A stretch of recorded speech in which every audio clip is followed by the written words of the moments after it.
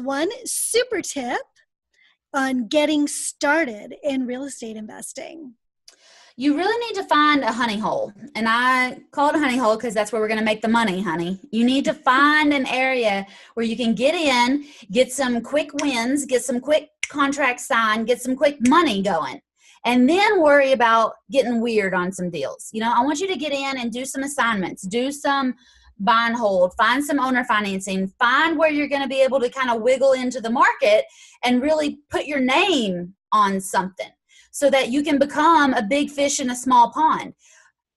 People spend months and years trying to find where to go to get started.